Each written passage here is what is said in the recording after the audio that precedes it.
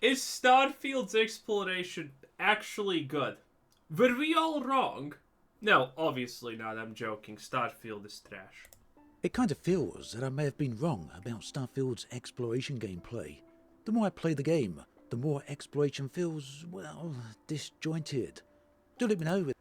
And another lost soul in the Bethesda fog finally finds the path. In the comment section if you've noticed the same. Now, in my video from September, I spoke about the nature of exploration in Starfield. The fact that I enjoyed the way you can roam planets and have various encounters. I also discussed how it took me a bunch of hours to really warm up to the game. I think I said something like, 20 hours maybe? Yet It's the classic, bro, trust me, Starfield's really good. You just need to spend 20 hours playing the game and then it gets really good. Or 40 in New Game Plus 3. Then the game really becomes to come alive. Well, yeah, after so much brain damage and delusion, a lot of things start to come alive. weird thing. I found there's a point in Starfield, a place that I really can't put a time marker on, but what happens is that exploration almost suddenly feels disjointed. It's a hard thing for me to explain, but that is what I'm going to attempt to do in this video, and it might be a bit of a rambly video. Ultimately, my main focus... How can exploration feel disjointed in Starfield if there's this problem of no exploration to exist from the start of it, okay? There is no such thing as exploration. You pick a planet that's already explored, that you already know there, then you land on it, well, not land on it, you go to it, which is a loading screen, you initiate a new loading screen to get to the planet, and then you see the planet, and there's like 3, 4, maybe 5 points of interest that are all already uncovered, by the way, because you're not even the first one on that planet. And, well, that's kind of it. That is the exploration of Starfield. It's so poor, it's so badly done, it might as well not exist. First is whether I was wrong about my initial assessment on exploration in Starfield. And whilst it certainly works for the first few dozen hours, after a certain point it just feels, well, broken. So I'm going to need... I don't think Starfield's exploration survives scrutiny after, well, even the mining planet that you are on. Because as per typical Bethesda game tradition, one of the first things I did in the game, after I almost decided to delete my Minecraft character after the 20-minute long intro of nothingness that is Starfield's beginning, I, as a lot of people, decided to run around the first planet that we were already on to see what kind of cool things that I can find. And as all of you, my conclusion was nothing. Nothing. After every hill, there was hope of finding something cool. And after every hill, there was disappointment. Because planets have nothing on them except for their markers. That's it. There will never be anything worthwhile on a planet except for the markers that already are given to you. I need to go through a few different things to explain all of that, and to start with, I should probably explain what I look for when it comes to exploration in a Bethesda game. First though, before I get to that, I want to point out that this video is not about me hating on Starfield. There's already a lot of that going around, and I certainly don't need to add to that. I will, though, with a smile on my face, because I love doing this. For what it's worth, I actually do like Starfield. But I hear you ask, if I like the game, then what is the point in this video? I mean, I either like the game or I don't, right? Well, it all comes down to... Well, it's kind of funny because everyone who says that they like Starfield, they never talk about actually the good things about Starfield because they don't obviously exist. Typically, people express that they like Starfield by saying things like, oh, it's not actually as bad as everyone else is saying. It's actually not that bad. Yeah, exploration's kind of trash, but it's not that bad, you know? It's bad, but it's not that bad as they are claiming. That means that you like Starfield, essentially. Because I have never heard anyone actually praise anything about Starfield, honestly. There is nothing to praise about this game. Just simply nothing. How I play Bethesda titles. For me, the main quest is never the main appeal. And I mean, yeah, I play the main story, but that's not why I buy a Bethesda game. The thing I really enjoy about Bethesda Mostly because the main story is horribly written, as in all Bethesda games. Is their open worlds. Worlds that feel alive. Except, obviously, Fallout games. Some of them, at least. Rich and vibrant. The fact that each individual part of the game feels intimately connected to every other part of the game.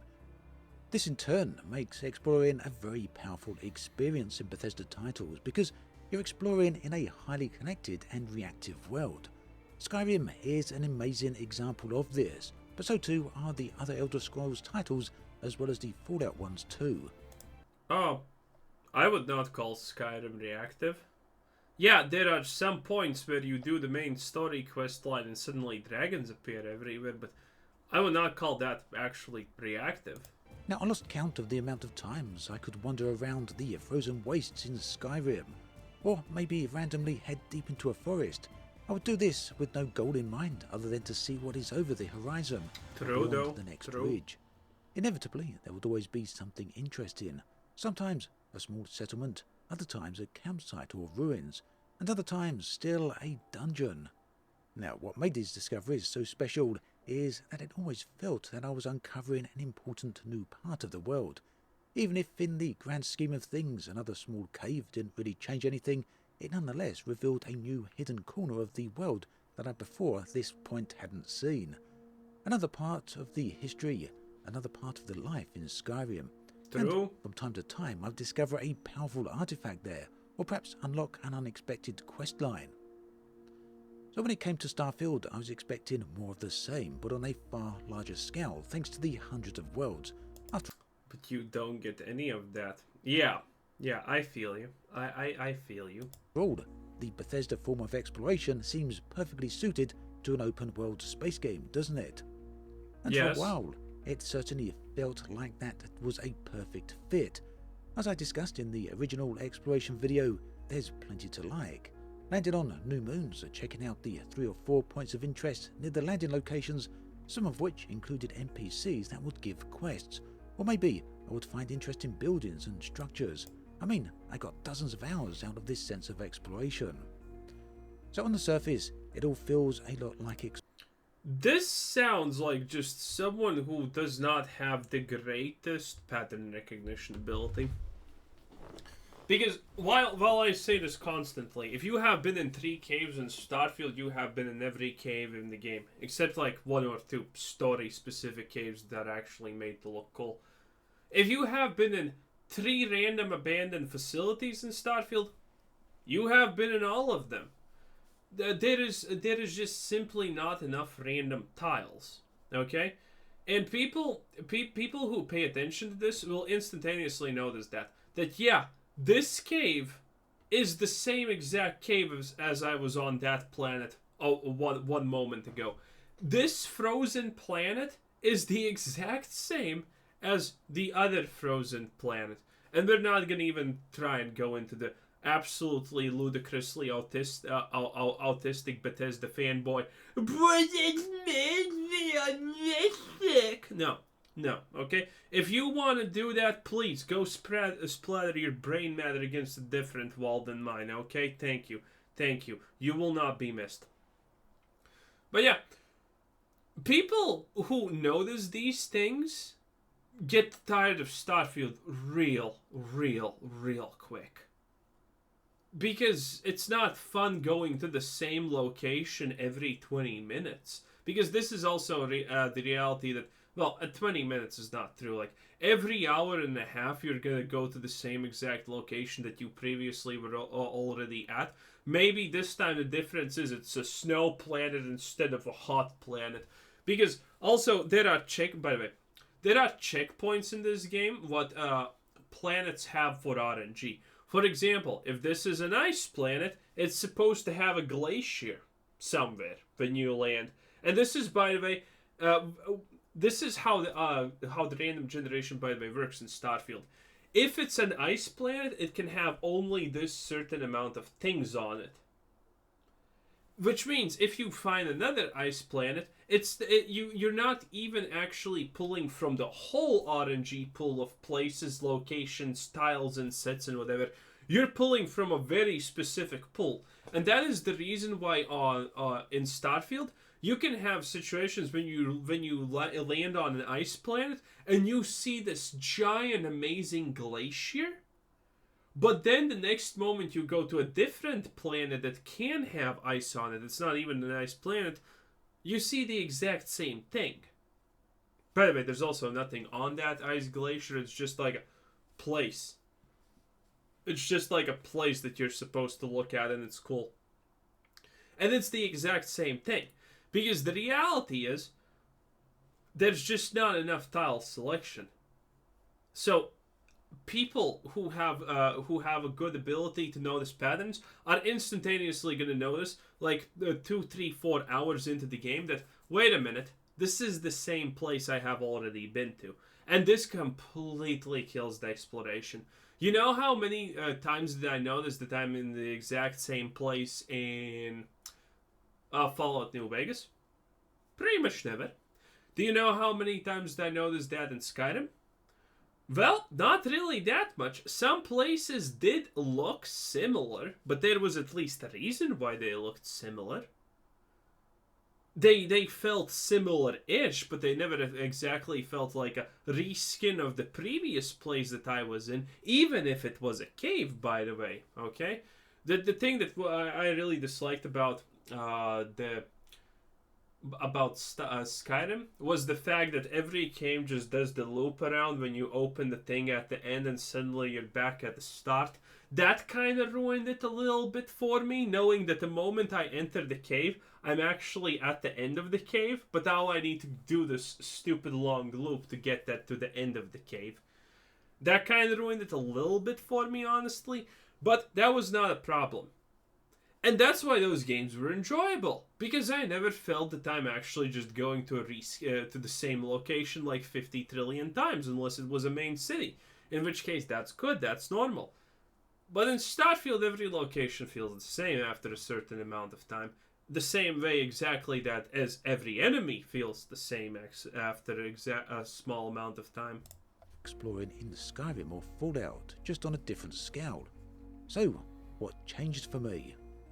Well, this is a tricky one to answer, and I'm sure people will feel that in any game, and any game that gives 100 hours or 200 hours of gameplay is certainly worth the money, and I'd agree with that.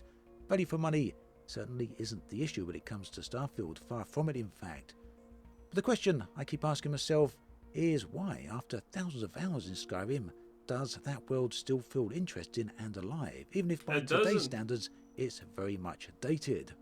Oh, he meant Skyrim. Oh, I'm sorry, he said Skyrim. In Fallout 4 and even Fallout 3 still feel as though they contain adventures many years after release. Yep, true. Well, as it stands today, right now, at this... And, by the way, this is a great point he's bringing up. And I actually, well, you can extrapolate this point from what I said previously about going to the same locations. When you play Fallout 4, when you play Fallout 3, when you play New Vegas, when you play Skyrim, you can replay those games so often because chances are you have not been to the exact same because you have not been to those locations previously. There's still more things for you to explore. This is why I have played Fallout New Vegas so many times. I never do everything. There's always something else for me to do, something else for me to find in every consecutive playthrough, and I'm never disappointed because even if I go to the same location, well, it's probably a year or two later, so I don't exactly remember everything in that location, right? And things like that. That makes these games replayable, and this makes Starfield not even playable. At this moment in time, Starfield doesn't seem to have that, at least not for me. Now, I'm sure that eventually this will change with updates, fixes, DLC, mods, and most importantly, time. Starfield will be a vastly improved game compared to what it is today. No. But again, Bethesda took 2 months to implement. How long did it take for them to implement an FOV slider that they knew that everyone's gonna ask for? I don't know, 2 months or something. How long did it take for them to implement an eat button? Oh, by the way, it's still an experimental eat button that's not even available to the full public launch. A long time, okay? Starfield is not going to be a playable game because of Bethesda in 2 years. It's not going to be even a playable game because of modding, honestly, in 2 years, considering how bad the modding situation is at Starfield. Todd Howard obviously lied when he said that Starfield is a modder's paradise.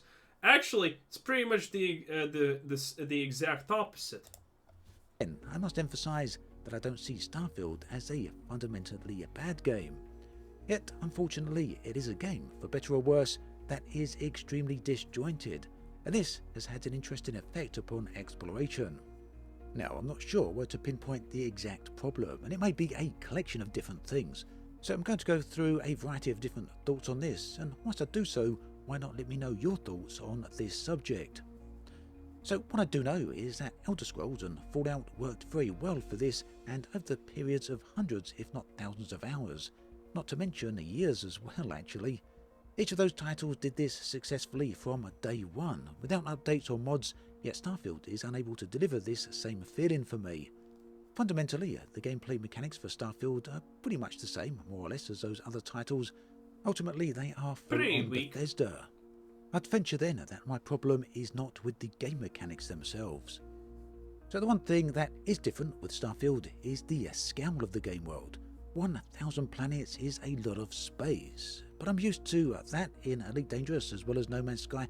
I don't think scale is the problem, at least not directly. We know that planet surfaces have boundaries, invisible walls. I've only ever once encountered these, and that was when I intentionally set out to do so. Yeah. This is an argument people that like Starfield constantly try to use. Well, do you actually want to run around the planet for 24 hours and not encounter anything because it's supposed to be realistic and barren? Well, no, duh, obviously. There would be maybe like a handful of people who actually try to run around the planet if that was an available thing.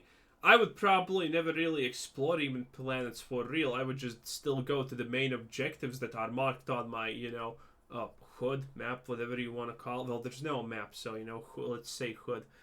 But the fact that we know that we are in this box that doesn't allow us to even move, that ruins it. That ruins immersion. Knowing that I can't is worse than being able to do it and it being bad to a certain degree in this situation, right? Me just knowing the fact that I can't explore these planets, that these planets have nothing on them, that they're fake, that is a problem. That ruins my fun. That ruins my immersion. So I would rather have the ability to run around the planet and encounter completely nothing of value, even if it takes 24 hours. Because just knowing the fact that I can do that adds to the game, adds to my enjoyment. Invisible walls then are not the cause of my dissatisfaction with exploration. But what about loading screens? Well, this one has been a big issue for a lot of players, and for me the loading screens certainly interrupt the flow of the gameplay. I'd go as far as saying that they make the game world feel they make it feel very disjointed. But the game world feeling disjointed is very different to exploration feeling disjointed, at least to me, and I'll explain why. So when I'm exploring on the surface of planets, I'm walking around looking for things. Loading screens only ever happen when I enter a large building or a cave or other type of area like that. So whilst the loading screens are so... Yeah, but he's missing a point. This is purely from his perspective. The reason why a lot of people, including myself, are so pissed with the loading screens is because you encounter them a lot in a row. And a lot of this game, especially if you try to play it like a Bethesda game, is gonna just make at least your first hour of this game loading screen simulation hell. If you explore the cities, if you do all of that stuff, It's just gonna be a loading screen simulation hell. To get on the ship, you need a loading screen. Then you need to get on the chair potentially if you haven't, which is an 8-second animation cutscene. Then you need to take off, which is an animation, but not a loading screen. The loading screen comes after that for some stupid reason. Then you can fast travel finally. Then you choose to travel to a world, that's a loading screen. Then you need to land on the world, that's a loading screen. Between all of these things, there is roughly 20 seconds of gameplay with forced animations, and 30 seconds of loading screen. And the reality is, if you're doing quests, and a lot of these quests are literally just go talk to X, you just feel like it's a whole giant loading screen. Skyrim also had loading screens. Fallout New Vegas also had a loading screen every time you entered the building. But you didn't encounter them constantly. Maybe you encountered 1 or 2 loading screens when you were moving from house to house. And that's fine. That's not understandable in the modern age, but that was understandable back then, and it wasn't that bad back then. Because that was still like 2 or 3 loading screens in a row, but that was like per 5 or 10 hours of gameplay. But in Starfield you encounter 4 to 5 loading screens per 5 minutes of gameplay, which is horrible. In an issue for the game overall, that is a separate issue. They aren't affecting my experience of exploration. So what does that leave? Well, you will remember when I discussed Skyrim, I mentioned how I loved finding that remote isolated cave in the middle of nowhere, or a singular campfire and a tent alongside a river or a road. As I said, those things mattered to me because they felt important. While smaller, they are still an integral part of the game world. They matter because they are a piece of the Skyrim puzzle. That camp or abandoned building that tells a story. Either one left in text form in a document or a book, or a story told by an NPC. And if neither of those, then a story I create myself based upon where the camp is situated or the ruins actually exist, or whatever inhabitants reside there. Now this can be extended to the culture and the race that built those areas. Every area feels largely unique based upon the race that resided there or created them. There's a sense of myth when discovering Also technically true. Ancient ruins long abandoned by long dead races. There's a sense of dread. Oh, and by the way, in Skyrim, maybe there are 5 tiles, but at least those five tiles exist in different architectural styles. In Skyrim, you in general just have 3 or 4 tiles how stuff can look, and you have never a different option. And that's the thing. Even Starfield doesn't even go as far as to just change architecture to make it feel alive. Skyrim at least did that. And calamity when finding a more recent modern structure created by the currently living race. Well, to a degree, obviously. Skyrim elf architecture and shit looked almost exactly the same as, Norse architecture in Skyrim, but at least they tried to make it feel slightly different with things.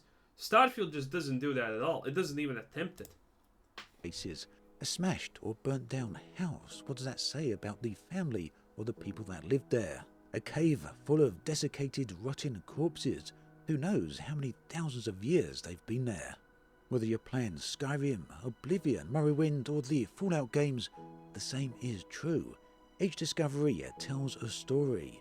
They're relevant and related to the various cultures, races, and parts of history.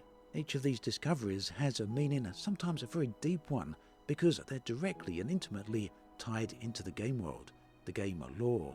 And even if you're the type of player that has absolutely no interest in the lore itself, you can't but help notice the richness of these locations, the fact they all each matter to the world. So yeah, all of these discoveries, all of these places to explore matter. True. Because I'm discovering a part of life and the history of Skyrim, or the history of Oblivion or Morrowind, or even the Wastelands and what went on before the war and the resulting catastrophe after that. When it comes to Starfield, it's a very different story. Now, don't get me wrong, there's some seriously impressive bases and settlements in Starfield. It's not that these areas are poorly designed, far from it in fact. Some of them even have their own unique stories. Yet, and this might just be me, but when I There are almost no real unique stories. land on a planet, There are some the stories, scanner and locate but, you know, for example, stuff like this, technically it's a unique story, but I can guarantee, when you go and find a YouTube channel that talks about this and deep dives into whatever the hell this is supposed to be, you're gonna find out that it's really undercooked. You know, it's like the baseline of a story. Okay, if there's any environmental storytelling, it's weak sauce. Okay, it's probably like, oh, we were a colony of X and we were doing this. Then came pirates and bam, either the pirates killed them or something killed them plus the pirates, and there you go. That's the essential storytelling of Starfield when it comes to stuff like this. It's as small as it gets. You might as well have zero story here. You might as well just make it look cool, and that would honestly be better in my opinion. 4 or 5 points of interest, it all just feels so artificial, as though the game has placed these locations there just for me to find. And the truth is, it feels that way because that is exactly what has happened. Yep. These random points of interest, whether caves or bases, don't exist as a part of the Starfield game world. In fact, they didn't exist at all until I landed and the game procedurally created them for me. It's impressive technology for sure, and technology which leads to a huge... Not really. It's not really impressive technology at all. Most of this garbage existed like 10 years ago in gaming. Huge game world. 20 years ago, even 30 years ago. This is nothing new. This is not groundbreaking. Yet for me at least, it means that the game world isn't alive in the same sense as Skyrim, Oblivion, Morrowind, or Fallout. That cave in Starfield isn't a remote part of the game world that tells a story. It wasn't hand-placed there by a developer with creative aspirations, and in terms of lore it has no reason to exist beyond being something random for me to find. Yep. If I go to the... Well, admittedly, not everything should always serve a purpose for you. But, you know, it's nice if something at least does. Sol System or Alpha Centauri, I don't find any locations that speak of humanity's first foray into the stars and the initial settlements. In fact, there's no settlements that are hundreds of years old, clearly are hundreds of years old and abandoned, with different aging technology created by a very early foray into... Obviously, because that would be hard. Well, it wouldn't be hard, but let's just say it would require resources from Bethesda to make stuff, and Bethesda doesn't actually care about Starfield. Let's be completely real here. Space. As I travel further into space, the other settlements that I find, the other locations, bases, whatever these may be, there's no distinction between whether they're created by the UC. My favorite part is about the fact that you have the temples, and you know, they're giant old non-human looking things with flying rocks and gravity distortions around them. And right 5 seconds away you have like this giant oil rig that's inhabited with settlers, and none of them even give a shit. None of them give a shit. Oh, here's flying rocks that break the boundaries of physics and your understanding of current science. We got a mining operation here, boy. We're mining metal, which is kind of probably stupid to actually mine on planets in this situation of the humanic evolution. But, you know, still, point being, no one cares. Literally, ancient alien temple, giant rocks floating in the sky, and everyone's like, boop, boop, boop, boop, I'm working in the mine. Damn, that's sad. Or the Freestar Collective. In short, these places don't tell a story. They have no history. They have no reason for being. They're simply bland, consumable content that was placed there just for me to discover. They're not individual components of a rich, larger...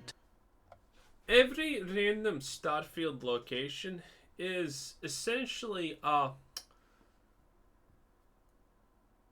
overworld event in Diablo 4. And not the big ones, not a Legion invasion, not a world boss, but just the basic overworld events that you see in the purple, no, not purple, but in the dark orangish circles.